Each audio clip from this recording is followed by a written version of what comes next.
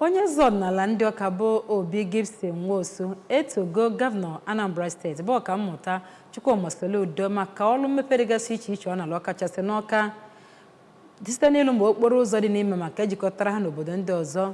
Obi gọọmenti of Solution Fund City na ime ọrụ ndị ọzọ kwesịrị isi obodo steeti. O mere ka amata nke a n'obi ya n'Ọka n'oge ọ na-agwa ndị nta akụkọ sitere n'ụlọ mgbasa ozi dịgasị iche iche ma bụrụkwanụ nke nwere ndị aka na-eme eze ndị ọzọ. Ndị isi oche nke obodo sitere ogbe 33 enwere n'Ọka, ndị ntorobịa na imerime ndị ọzọ n'obodo n'oge ahụ.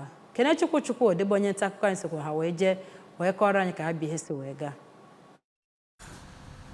Obi Nwosu, onye kwuru okwu site n'aka ọnọsolo eze obodo Ọka bụ Chief Benjamin Okoye, kenere aka na-achị obodo Anambra dịka o si agba mbọ ịkwalite oche eze ọdịnala nke Anambra steeti, yanakwa ka o si agba mbọ inye ndụ bụ ndị Ọka ọrụ na gọọmenti ya, nke ọ kpọkwuru okwu ka e nwee ezi nchekwa na obodo Ọka.